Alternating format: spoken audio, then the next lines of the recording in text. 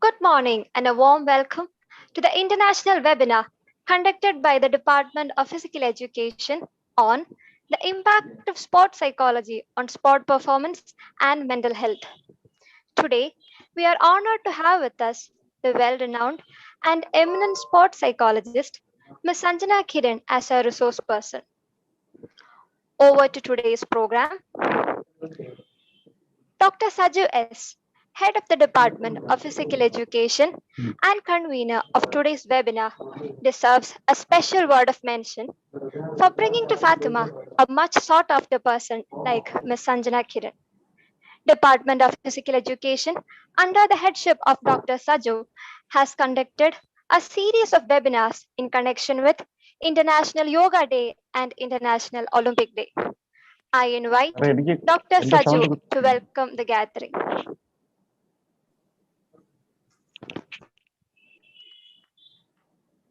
കിട്ടുന്നുണ്ടോ? Muhammad Ali, the boxing legend, once said, "Champions are not made in the gyms. Champions are made from something they have deep inside them: a desire, a dream, a vision." Good morning, one and all. Sports are 10% physical and 90% mental. Keeping this in mind, the Department of Physical Education and IQAC of Fatima Mada National College, Kollam, is organizing an international webinar on impact of sports psychology on sports performance and mental health.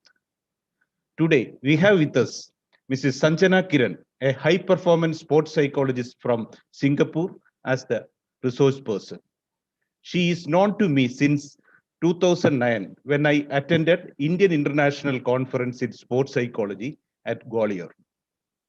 On behalf of the organizing committee, all the participants, I welcome Mrs. Sanjana Kiran to this webinar.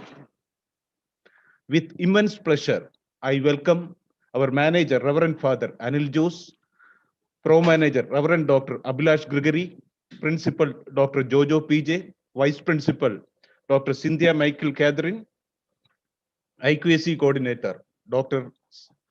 Shaiju PS, PM, Technical Supporters Dr. Sijin and Prijit Jacob Thomas to this webinar.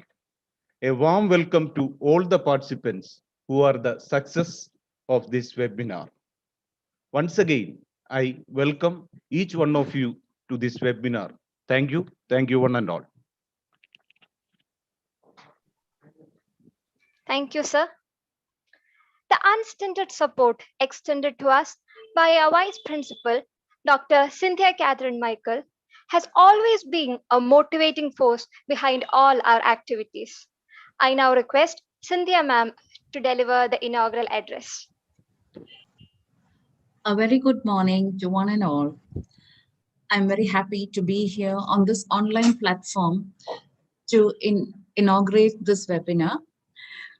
Sports psychology is a subdiscipline of psychology, and it's applied to competitive sport as a specific context of organized physical activity.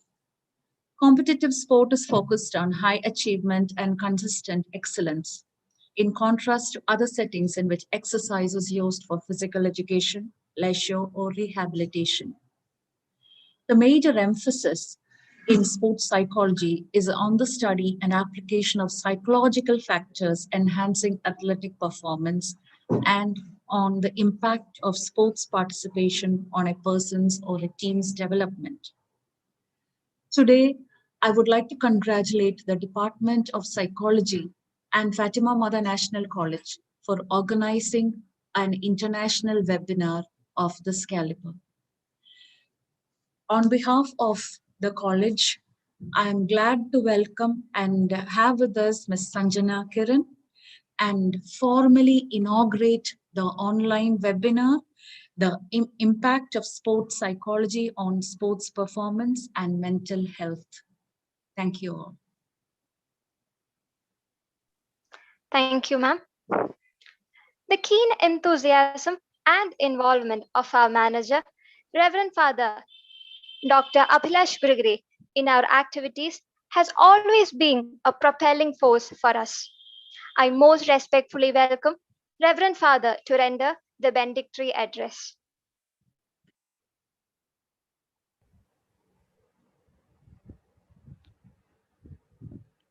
Good morning to all.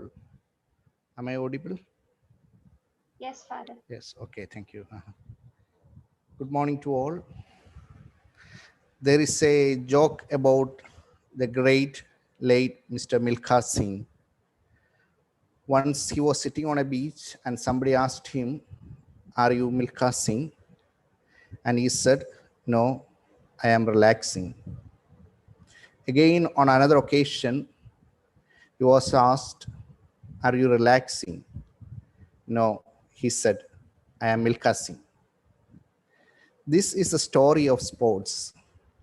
This is how sports have evolved from leisure to pressure, from a leisure event to a pressure event. I would like to quote MS Dhoni, the former Indian team captain. When asked how you make plans during the game, he said, "Oh, nothing much I can plan. After the first ball, it is all chaos." So those who are able to keep calm during these chaotic situations and taking control during confusion will perform better and will become the best. And here, psychology holds its hands with sports. Mental conditioning coaches and sports psychologists help the sportsmen and women to perform well in a pressure situation. They help the sportspersons to enjoy the game and make it enjoyable. So the topic of today's webinar, impact of sports psychology on sport performance and mental health, become very relevant. And we are blessed with the presence of Mr. Sanjana Kiran, a well-known sports psychologist. Dear ma'am, we are honored and we eagerly wait to listen to your words of wisdom. I also take this opportunity to thank all the professors, especially Professor Saju, for arranging this webinar. May God bless you all. Thank you. Thank you, Father. Thank you, Father. I now request Dr. Sajin KS, Assistant Professor, Department of Psychology, to introduce our guest of the day.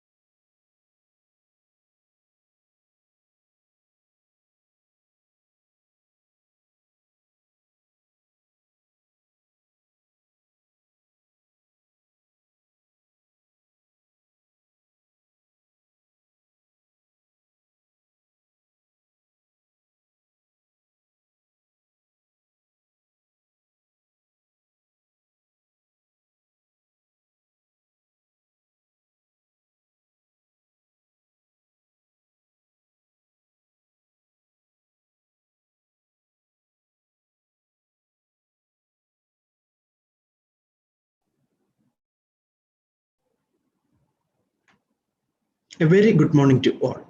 Sports is a field that demands as much psychological fitness as physical fitness. That is where the crucial role of a sports psychologist comes into play towards the making of a real champion.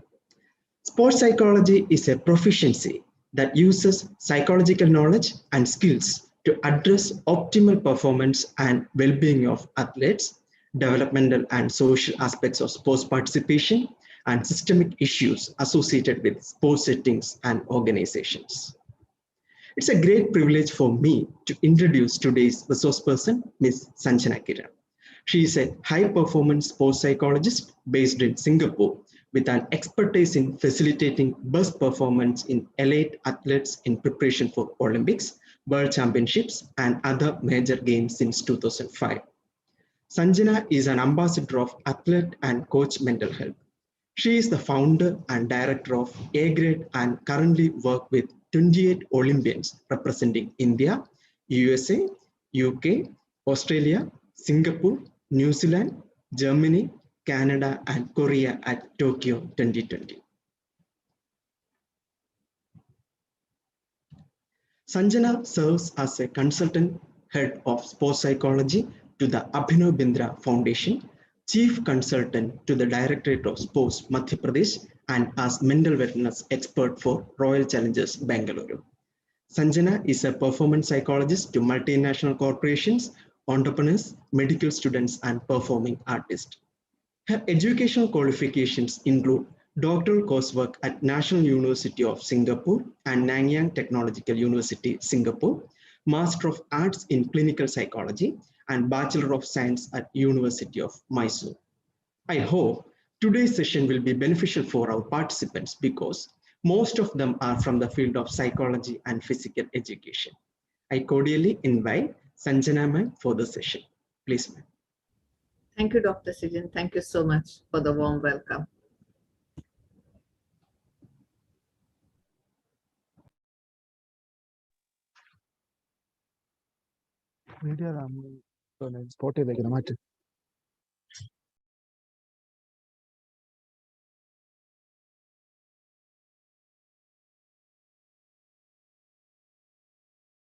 Yes, ma'am, you may take over. Okay, thank you. Thank you so much for the warm welcome. You know, when you introduce me, it looks like a lot of things, but trust me, I do exactly what you're doing with your students and, you know, the PE teachers and all that you work with. So thank you so much for the Fatima Mata National College, you know, to have invited me. Somehow I managed to make time for Saju because like you correctly mentioned, I met him about 11, 12 years ago. I'm trying to recall his face, but now that I saw his face on camera, I can recall. So thank you so much for having me, Saju. I don't know how I managed to give you time because it's been very hectic. I hope the others who had requested for my time from other states who didn't get it won't feel bad about this. It somehow sat well. So, you know, when I was, you know, listening to Father and, you know, when I was looking at the backdrop of your college, I got reminded of my childhood because I went to St. Joseph's Convent up to my primary school, middle school. Then I went to Christ the King Convent for my high school. And then I went to St. Philomena's College for my pre-university. So, you know, it's nostalgia for me to listen to Father. It's been such a long time, actually. So thank you for that. And thank you, Cynthia ma'am, for your kind introduction. I think you're doing an amazing job. You know, when I see your line of experts here, your professors, you know, working hard to bring whatever information they can get for the students of your esteemed institution. I want to believe they are very motivated and, you know, they really want to do what's best for them. So in the few minutes I have, I'll do my best to impart whatever knowledge I can. I don't know if I can empower your participants, but certainly I can create some self-awareness about sports psychology. So should there be any time in the future, certainly I'll keep in touch with Dr. Saju and I will take it from there. So in a minute, I'll share my screen and I'll take it from there. So I plan to, you know, talk for about 20, 25 minutes, and after that I can take questions and answers if there are any. Thank you. Can you able me to share my screen, please? Thank you.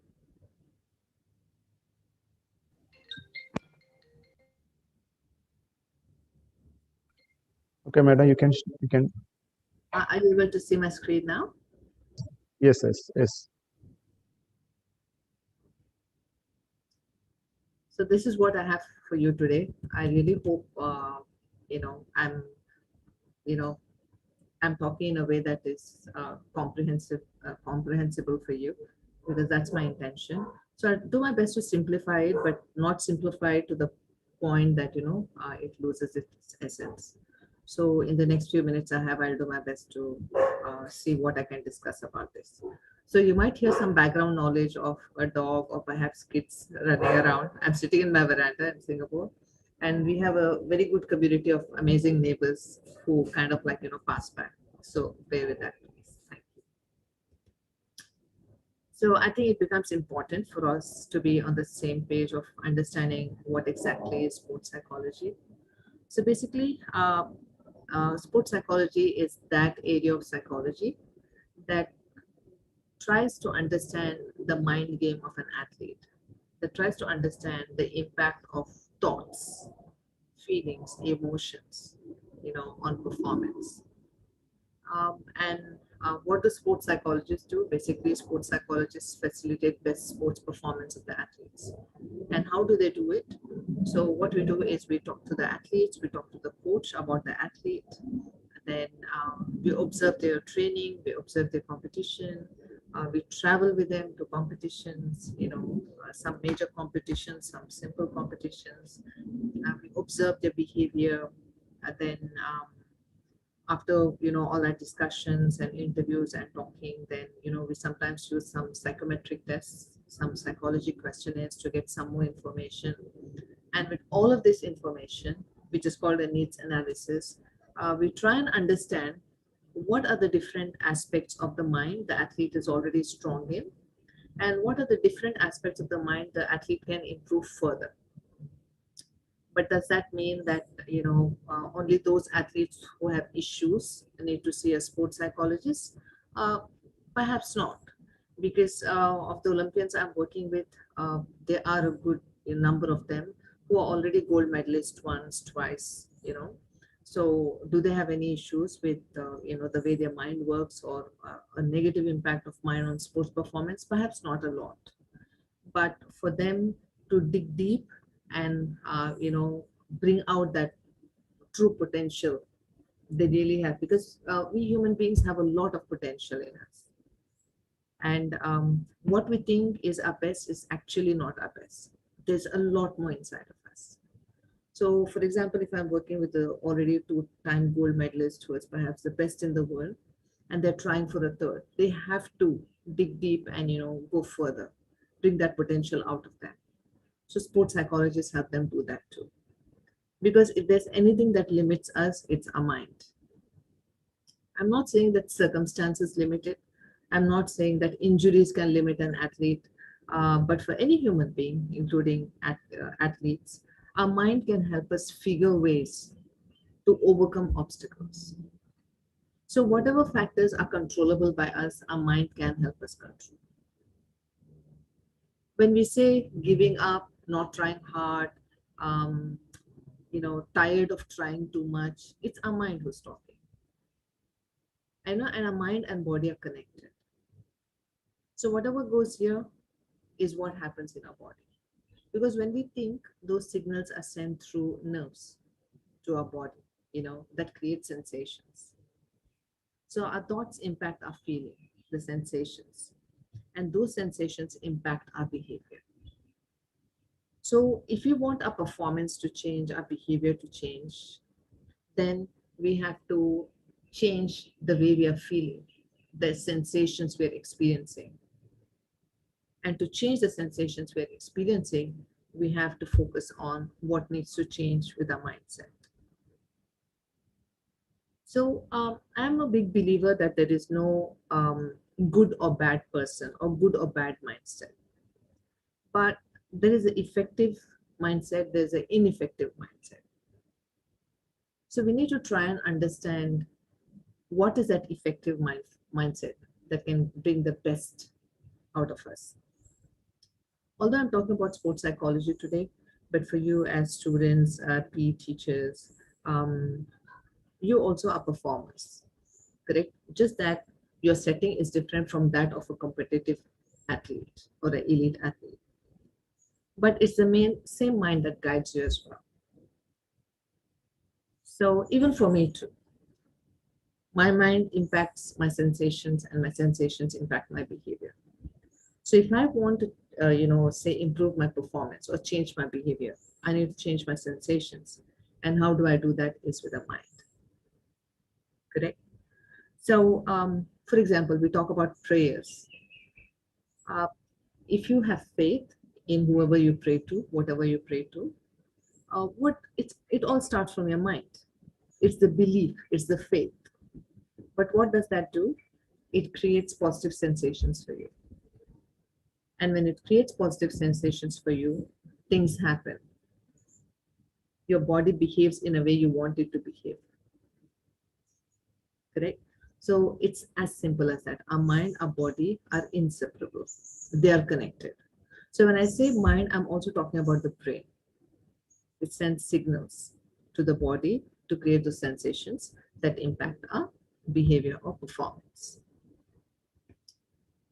Now, talking about how exactly sports psychology impacts performance. Like I said, the work you do with a sports psychologist. A sports psychologist helps you understand whether your mind is working in an effective way or ineffective way. A sports psychologist will help you understand whether your mind is, although it's working in an effective way, is it working enough? Is there more to you? And what kind of a mindset do you need to be able to push yourself? For example, even for a two-time gold medalist Olympian, it doesn't feel good to wake up 4 a.m., 4:30 a.m. in the morning to go train, to work hard. Even they feel like, wanting to sleep longer because they're human beings too. But what forces them out of the bed to do what they do is their self-motivation.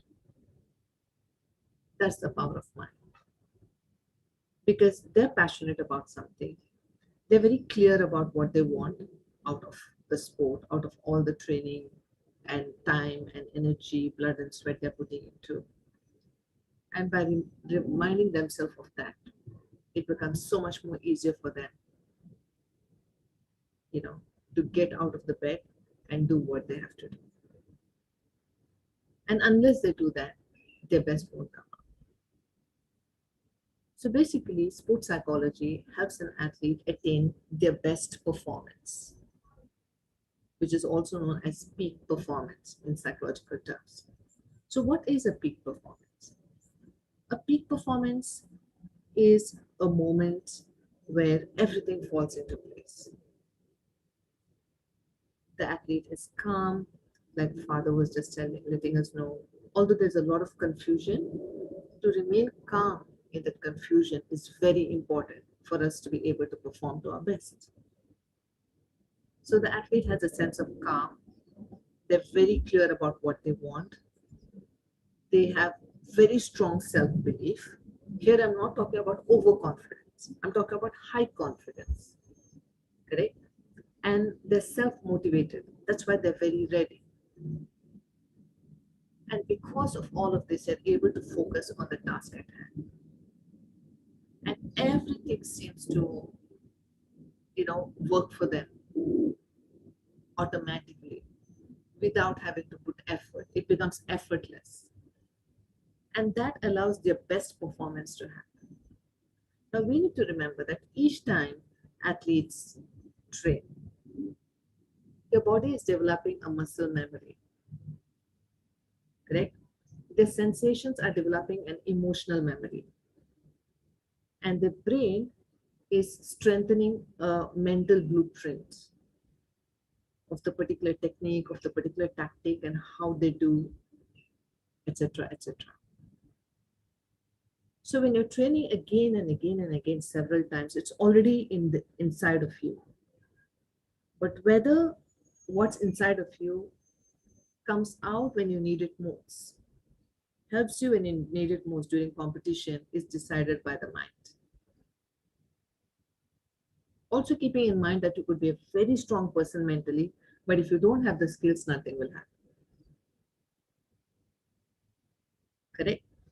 Now let's say you're preparing for exam. You've been preparing, you've been studying, sometimes perhaps certain elements you're memorizing, certain elements you're understanding the context. By the way, that's the best way of learning. And you're doing some kind of associative learning. So all of that is inside of you. But for that to be reproduced during your exam, your mind is very important. Do you have self-belief that once you look at the question paper, whatever you've prepared for, if there are questions related to it, you'll be able to answer it to the best of your ability.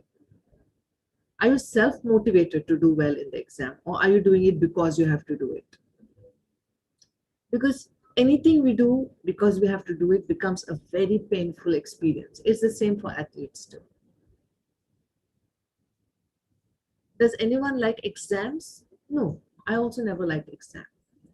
But when we have a clear sense of direction, what we get out of taking these exams, then self-motivation will happen, because we know this is something that needs to be done. And if done well, then the future becomes more stronger, more solid. The same applies to a performance setting too.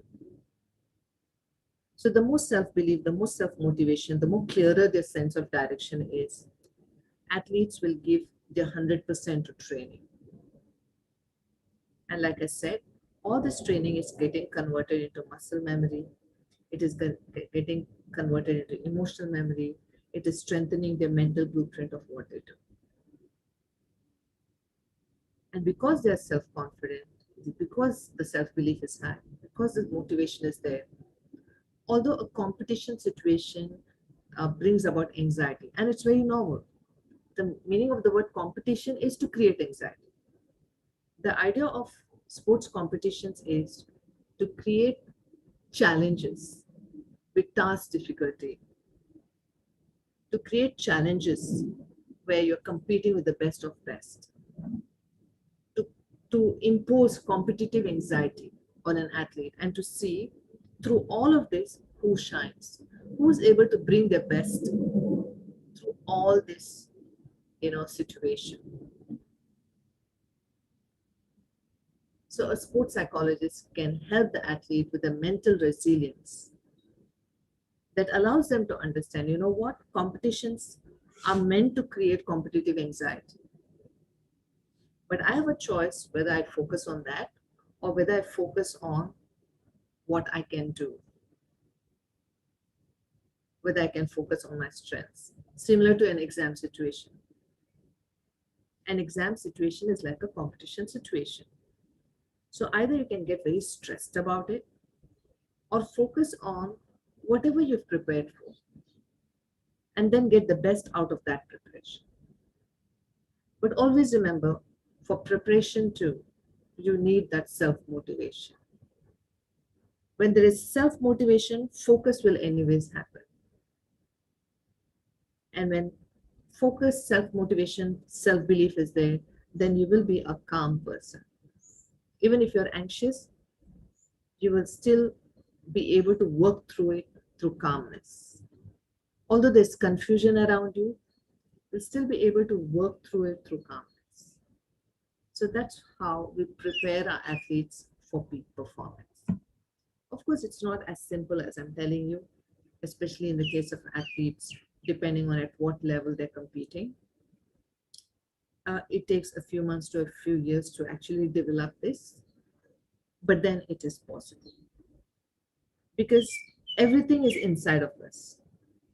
We have all the self-confidence we need. We have all the self-motivation we need. We have all the focus we need. We have all the calmness we need. It's all there inside of us. So a sports psychology helps extract that from an athlete. Now, when you're clear in your mind, when you're calm in your mind as an athlete, then understanding the match situation, understanding the competition situation, and making a decision on how to go about managing that tough challenge, the tactics, thinking of the right tactic that applies to the situation becomes so much more easier.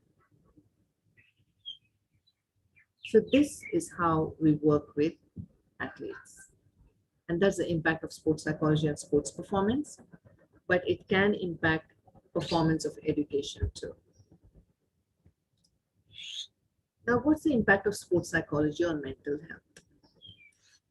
I'm sure you're aware in the last few years, especially 4 or 5 years, quite a lot of Olympians, including some athletes like say Virat Kohli, and have talked about their mental health concerns.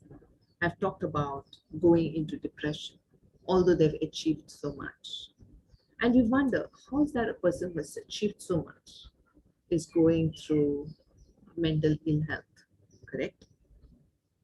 There's Michael Phelps from US, and more and more athletes are opening up about how they feel empty. Even Abhinav Bindra has talked about his experience, right? So basically, traditionally, athletes have been seen mostly by the sports ecosystems as medal making machines. So in the life of an athlete these days, what happens is an athlete will say about 8, 9, 10, 11, 12 years, this child is just playing sport, just having fun. And the talent is spotted either by the coach, parents, school, whatever that might be. Or in some cases, young children are brought from rural areas and given access to physical activity with the intention that if they shine in those physical activities, they can be handpicked to groom further. Until then, everything is okay. As soon as the talent is spotted, now this athlete, this young child becomes very precious. For the child themselves, but for everybody else, this child is a star. This child makes things happen during competitions. And now this child is put through very scheduled training, is expected to compete, is expected to perform. So this child is very passionate about the sport, but having to go through the rigors of training, having to go through the rigors of competitions at such young age is not easy. And that becomes very traumatic. And somewhere there's passion related to sport, but there's a lot of unhappiness about what needs to be done to be a star.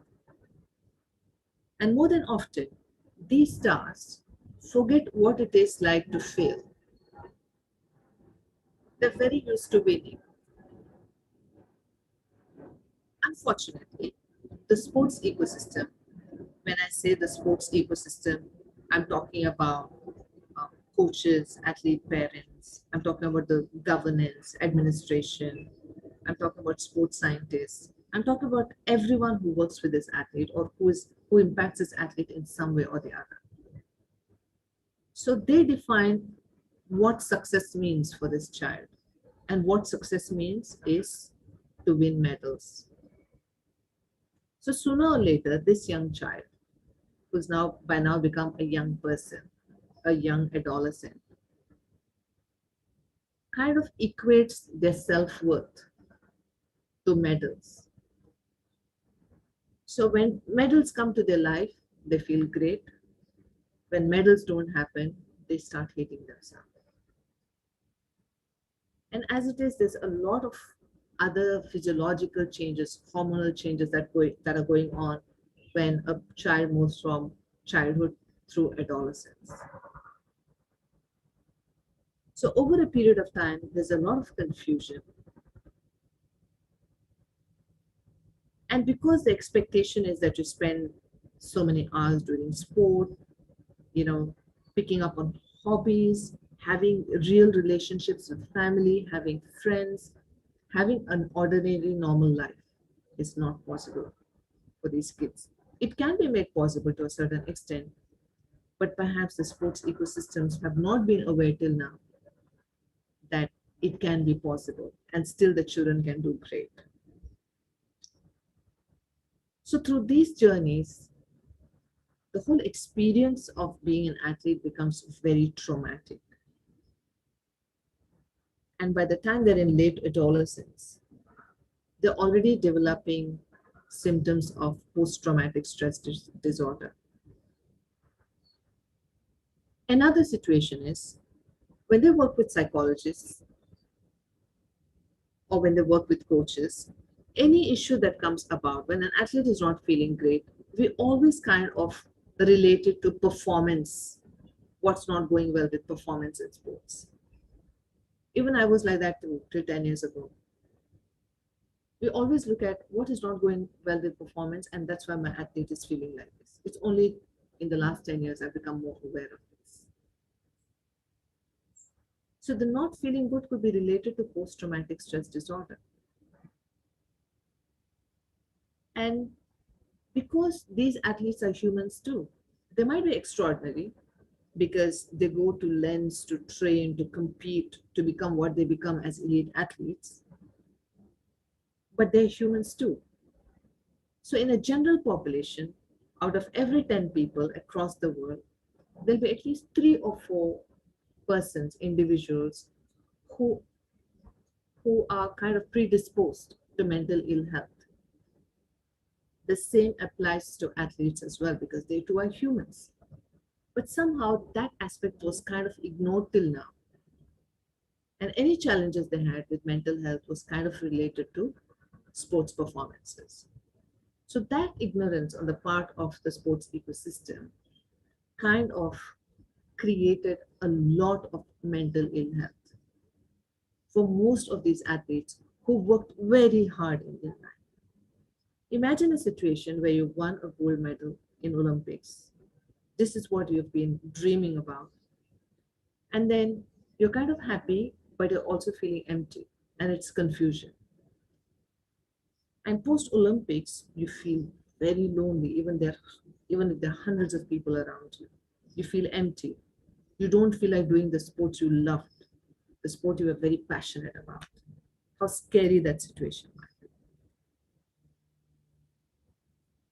And also the way athletes are treated. It's not just they're treated as medal-making machines. The way they're made to work, the psychological challenges they have to go through. Most of them are not respected. Most of them are not listened to. And most athletes fear having a conversation, an honest conversation. Because their worry is, what if the coach or the management don't select me on the team if I tell them the truth on how I'm feeling about it, etc., etc. So therefore, as sports psychologists these days, we recognize mental health as a very important part of our work, because we strongly believe that athletes are humans first. This is yet to become a part of sports psychology training across the world. Some universities have started it. So this was also my intention for India when I, in the last 2 years is where I'm associated with India as well. And through the Abhinav Bindra Foundation, this is what I'm focusing on. Mental health of not just the athletes, but also the coaches. Because if athletes are living these lives, coaches are also living similar lives if they're supporting elite athletes. So in terms of athletes as humans first, we need to look at, are these athletes feeling psychologically safe during trainings and competitions, whether it's a young athlete or an adolescent athlete or an elite athlete. So what does psychological safety mean? Are they feeling respected? Are they feeling accepted? Do they feel safe for interpersonal risk-taking, conversations? If they were to share something with a coach or anyone in the sports ecosystem, will that person keep it confidential? Will that person misunderstand them?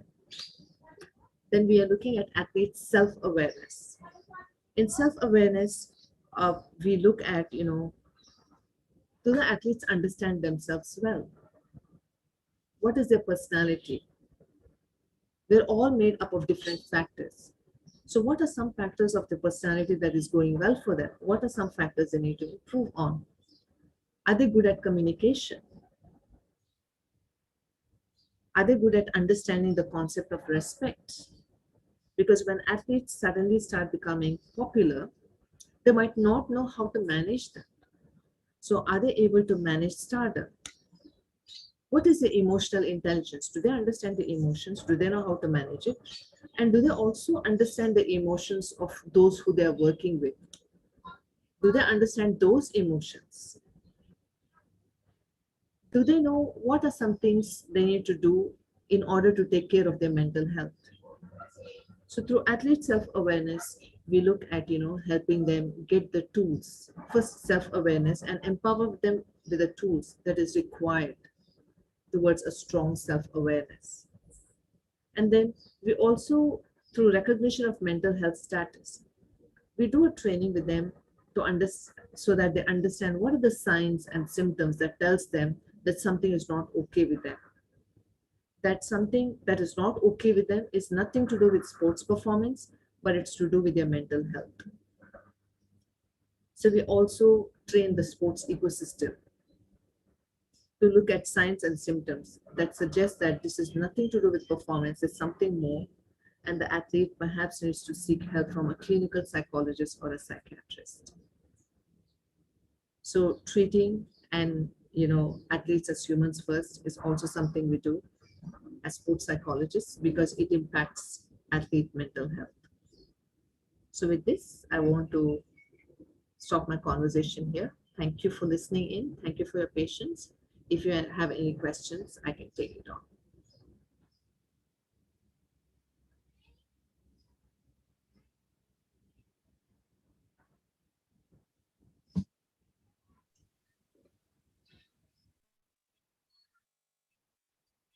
Alice.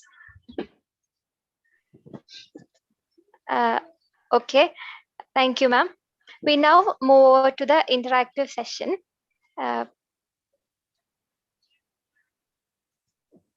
Participants may put their questions in the question and answer box. Please do raise your questions.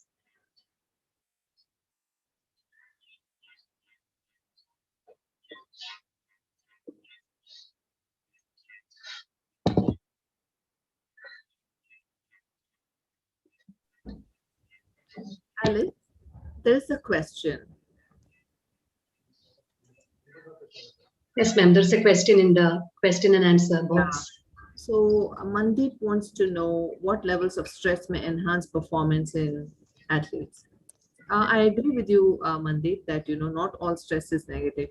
There is that amount of stress, perhaps is a negative word to use, because there's a level of arousal, physiological arousal, that an athlete needs to perform to their best. It's difficult to say how much.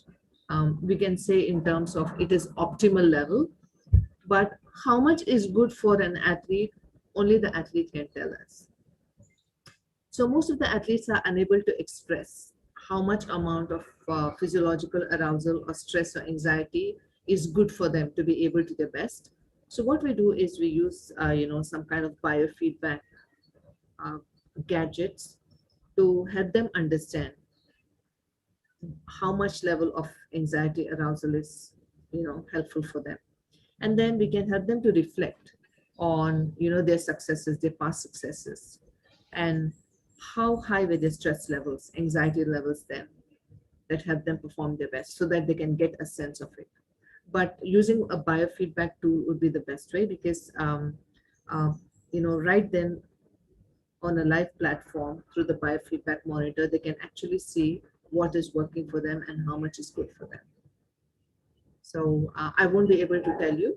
It is an optimal arousal level, but only the athlete can tell us.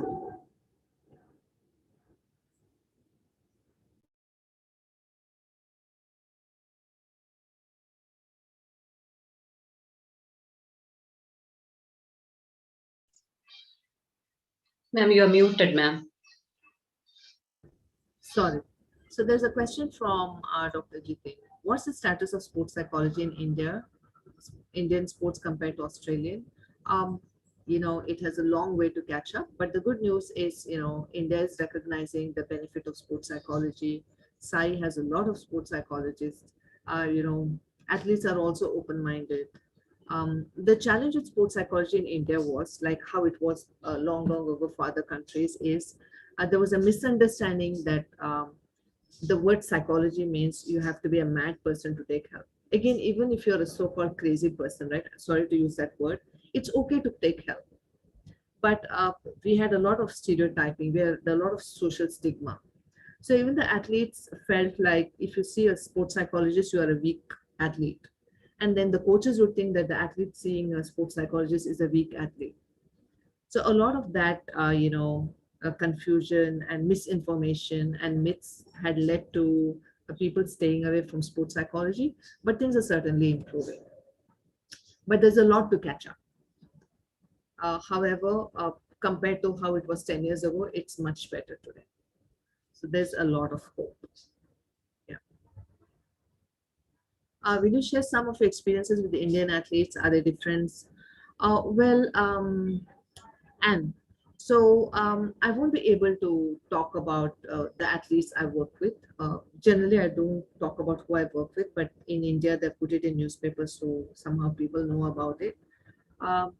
But to compare Indian athletes to other athletes, you know, whether it's an athlete from India, from anywhere else, hard work is important, passion is important, you know, so that is there. In terms of infrastructure, for some sports we're good, for many sports we are lagging behind. In terms of support, sports ecosystem support, for one or two sports we have support, but for many sports we have a lot to catch up. In terms of the mindset, you know, culture impacts our performances, because we are born in a certain culture, we are born in a certain geographical area, we have a certain upbringing. All of that impacts our personality, and our personality impacts performance. So in that way, Indians are still able to do whatever they're able to do without much help from infrastructure, without much support from sports ecosystem, is because Indians will figure a way to do it. So now just imagine with very less proper technical, properly researched support, if they're able to do this, then how much more they can do. So I think that would be the difference. We are very, like, you know, there's this Hindi word called dhakat. So if you're passionate and if we put our mind into it, we will do whatever it takes to get there. But some of the methods we used to do to go about whatever it takes might not be the healthiest for the athlete's health. It might lead to injuries, but yeah. Sajimon says, as a psychological point of view, what are important interventions used at international level? So certainly, you know, at an international level, their foundational skills are already in place. But then it's really about, you know, for example, in terms of tactics, it's not just understanding technique of the sport, but also being being able to use the technique in a very smart way, by understanding the match situation, by understanding the competition situation. Second, knowing that, you know, when you go at an international stage, most of the athletes are as good as you, or maybe better. So how do you cope with that? How do you cope with that competition? How do you not allow that to reduce your self-belief? And then when you travel overseas, you will see that other athletes in quite a many sports might have a different setup, a different system that is working for them, that is very unique, which you don't have. So whether you compare yourself and feel bad about it and not give your best, or it is good to compare yourself, but really use that as a motivation to move further. So there's just so many. But then in terms of psychological aspects, it's about self-belief. It's about being able to focus. It's about being able to be stay self-motivated. It's about being able to have focus and maintain it. So it really depends on at what level the athlete is playing and what is required for the sport. And then when we talk about sports psychology for high performance, as much as a lot of things are general, they can be very sports specific. So if you take football to equestrian, to boxing, to shooting, there are a lot of nuances relevant to the sport that are very different from the other. So do the athletes understand that?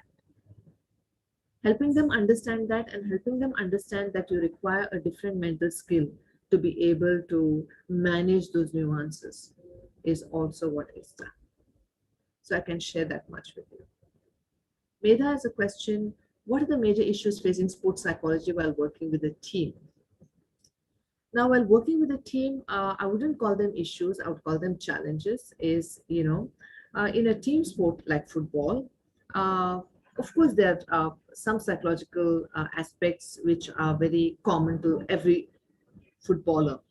So there's some things you can do as a group, as a workshop, but each of these footballers are very individualistic. Their personalities are very different. So to be able to work with each of them and to be able to work with them collectively and to feel a sense of teamwork. Because in a game of football, the striker, the people who get the goal are the ones that are celebrated. But the people who took the ball possession from the opponents and passed the ball, they might not be celebrated as much. So how do you go about, actually making them feel like, you're a team, you're a very important person. And when you work as a team, we don't look at who becomes popular. No matter who becomes popular in a team, it's teamwork. So, those are some of the challenges, I would say. And then as much as a team has a goal for a football season, the team wants to achieve a certain goal. Each individual footballer has a goal for themselves. So how to help them understand that it is very important for them to have individual goals, but align it to the team goals, and etc., etc. So I'll take a last question because I have a session in the next 5 minutes. So can you please share experiences with IPL team with RCB? I'm so sorry, Sijin. I don't share my experiences of my work with my clients because as a sports psychologist, we have a confidentiality contract with each of the athletes we work with. Now, the athletes are allowed to talk about it because it's about them, but we as sports psychologists, it is very unethical of us for us to talk about it. I know in India, some of the sports psychologists talk about their clients, but it is unethical. Perhaps they're not aware. So for those reasons, I'm sorry, Sijin, I won't be able to share about that. Yeah. So one last question I'll take. It's come from Jane Kannan. How do you handle the chaos that come across your way? First of all, you need to maintain calm. But the word chaos means there's a lot of confusion. The word chaos means you're going through a lot of stress. So my suggestion would be to take some time away if you can and think about it. But let's say you are in a situation, there's no way you can take time. So focus on your breathing. Count 1, 2, 3, 4 in your mind. Do anything that will distract you momentarily from that chaos. Because when you're in a chaos, right, chaotic situation, there's not enough oxygen going into your brain to be able to think because of the emergency situation. Chaos means you're anxious, your heart rate is high, your respiratory rate is high, and because of that, there's not enough oxygen for your brain. So the idea should be, how do I send in some extra oxygen to my brain? And one way to do that is to breathe. So if you can take a moment or two to just do 2 deep breaths, count 1 to 3, or do anything that distracts you from the chaos, and then you become calmer, and then think, rather than what you want to do, what needs to be done. Most of us falter or do mistakes because we tend to do what we want to do or what we think is right. But our mindset should be what is needed. So think through what is needed and then do what needs to be done. So with that, I end my conversation. Thank you so much for listening in. All the very best.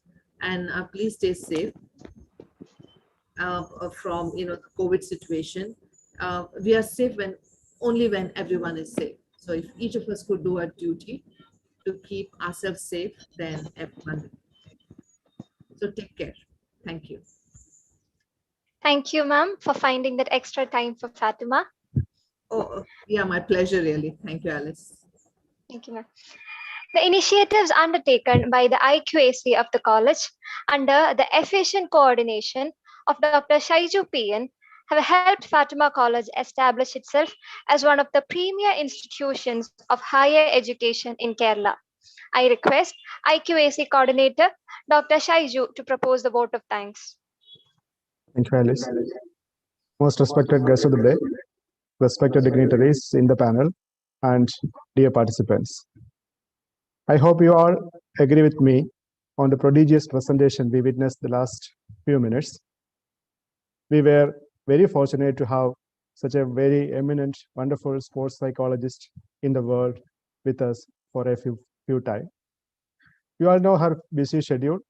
Now she is in charge of the psychological training for around 28 Olympians across the world who are going to take their chance in the forthcoming Tokyo Olympics. So she is in tremendous workload, and in spite of this, she has agreed to interact with us today. Thank you so much, madam, for spending some valuable time with us. On behalf of our college, IQAC, Department of Physical Education, and all other participants assembled here, I thank you, madam, for your nice presentation and comprehensive interaction. Wish you all the very best for all your future endeavors. Thank you, madam. Thank you. I will leave now. Thank you, madam. Yeah, bye-bye. Thank you, dear principal, manager, pro manager, vice principal, Sajusa, the master brain of this event, for collaborating with IQAC in organizing such a wonderful event. Sincere thanks to our technical team comprising Mr. Prijit and Dr. Sijin. Thank you all the participants for making this event a wonderful one. Thank you very much. Thank you, sir. Thank you one and all for your presence and interaction, which made the session fruitful and meaningful. Thank you. For the attention of the participants, the feedback link is provided in the chat box. Please fill the link, and accordingly the certificates will be delivered to a registered email ID. So don't forget to fill the feedback form that is served in the chat box, please.